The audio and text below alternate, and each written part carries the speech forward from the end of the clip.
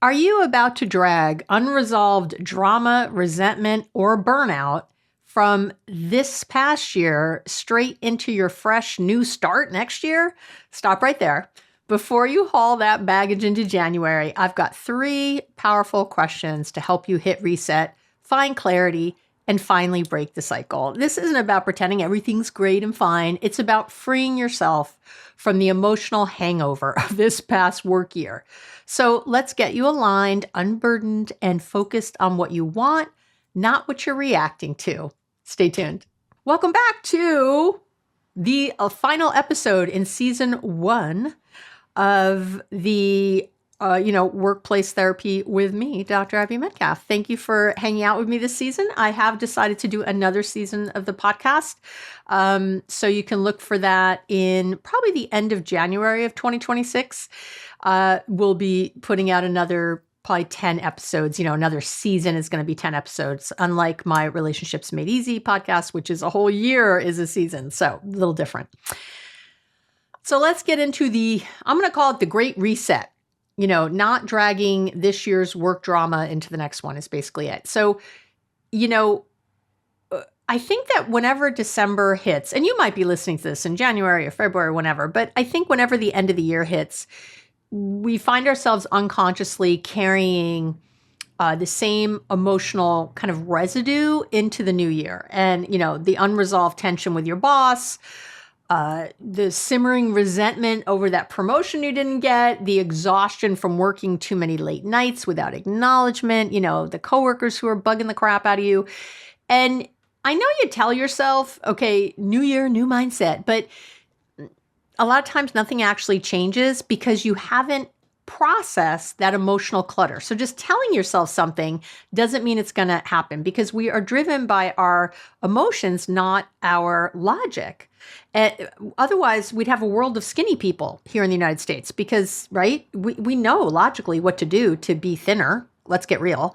Or we'd all go to the gym every day, or we'd all meditate every day. We would all do the things we're supposed to do, but we don't because we are driven by emotion, not logic. So just knowing intellectually that, okay, new mind, new mindset, new year, that doesn't get it there. So this episode to me is your invitation to stop recycling the drama and start doing something, I think, radically productive. And that is to reflect with intention. I'm not doing I'm so grateful for a fluffy gratitude list. We're not going to do a vision board together. I'm going to give you 3, and I think they're deceptively simple, but they are psychologically grounded questions to help you reset your inner compass and start next year without dragging the energetic weight of this one behind you, like a broken copier on wheels. Okay, so let's get into it. Question 1 is, what am I still holding on to and why?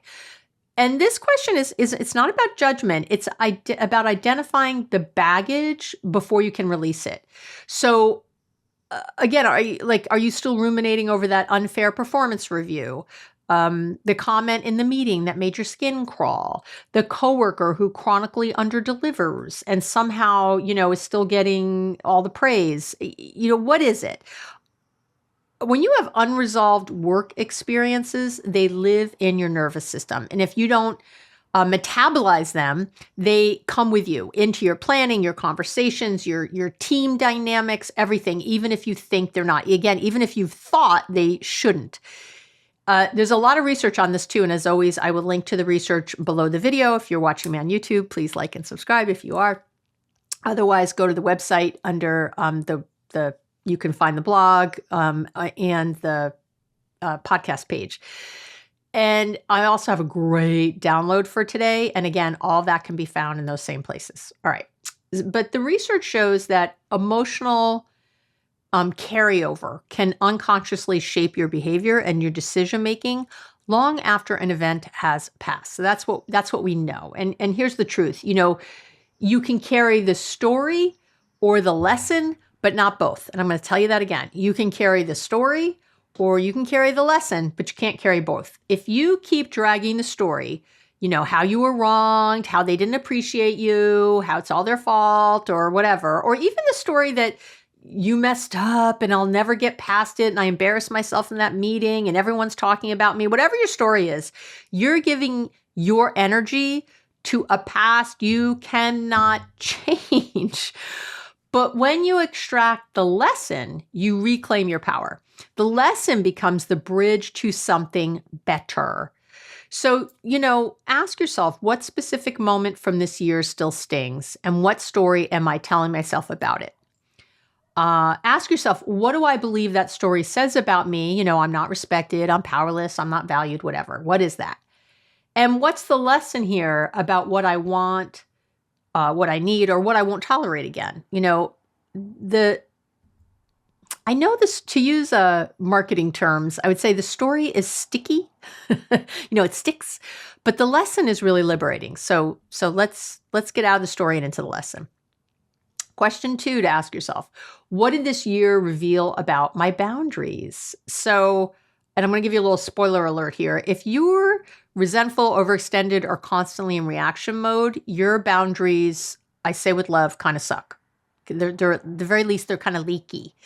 Your work year is really a mirror.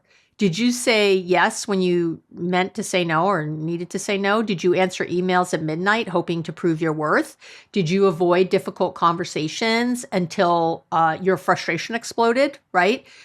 Again, research on boundaries, and there's a ton of it, shows that poor limit setting leads directly to burnout. And it also leads at work to role confusion, and not just at work, actually at home too. It leads to us confusing our roles. We take on too much. So at work, I'm not just my role. I'm also maybe the admin assistant and I'm the bookkeeper and I'm the whatever, You don't want to get confused.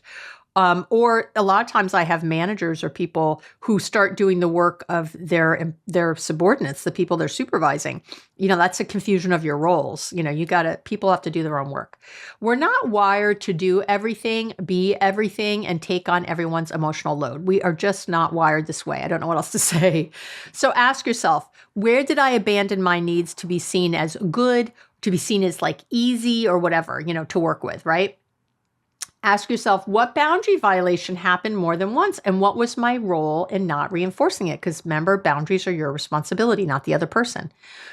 Where did I set a healthy boundary that did work? And how did that feel when that happened?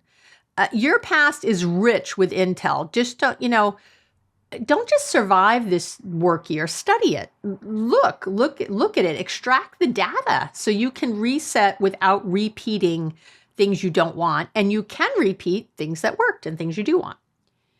And then question 3 is, who do I want to be at work this next year? And again, I don't care if you're listening to this in January or March or what, it doesn't matter what month it's in.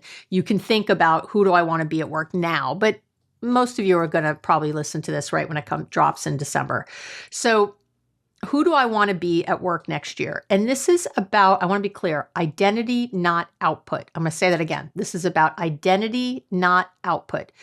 Because too often we start January with goals like, I want to get promoted, I want to earn more, I want to finish X project. But you're skipping the most important question, which is, who do I want to be while I do those things? And there's this all comes from the research in something called self-determination theory. And that research tells us that identity-based goals. So for example, I want to be someone who sets clear expectations. Those create more lasting change than outcome-based goals. Okay, I'm going to say that again. Identity-based goals create more lasting change than outcome-based goals. So you have to ask yourself, do I want to be more grounded, more curious, more boundaried? Is that a word? More honest? Ask yourself, what qualities do I admire in people I respect at work? And how can I embody those qualities more? Another good question to ask yourself is, what one word could define how I want to feel at work next year? That's always one of my favorites when you're setting goals, is how do you want to feel? And the answers guide everything else. Instead of reacting to the chaos, you're showing up sort of already clear on who you are and what you stand for. All right, so I'm going to wrap this up.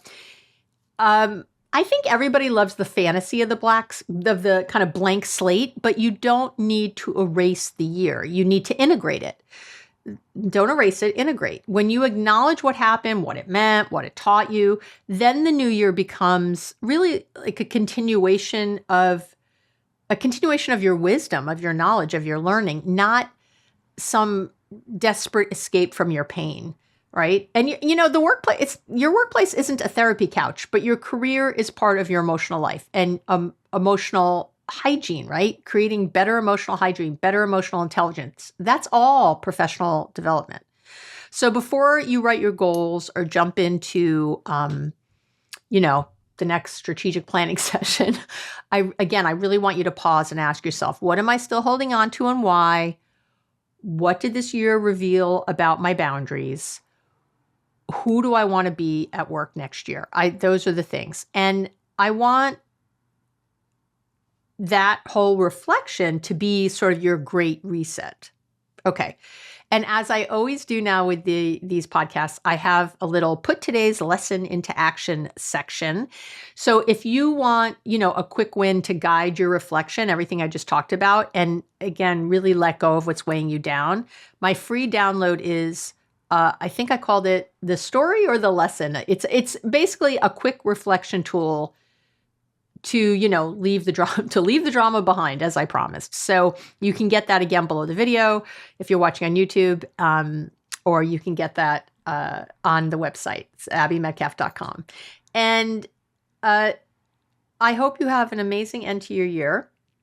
If you are craving connection with like-minded professionals who are doing this sort of inner work alongside their outer hustle, you are welcome to join my online community on Substack, the One Love Collective, or you can just follow me on Substack and you can see you can get the love letter there that I send out twice a month. There's a lot there that you can get for free. You don't have to join.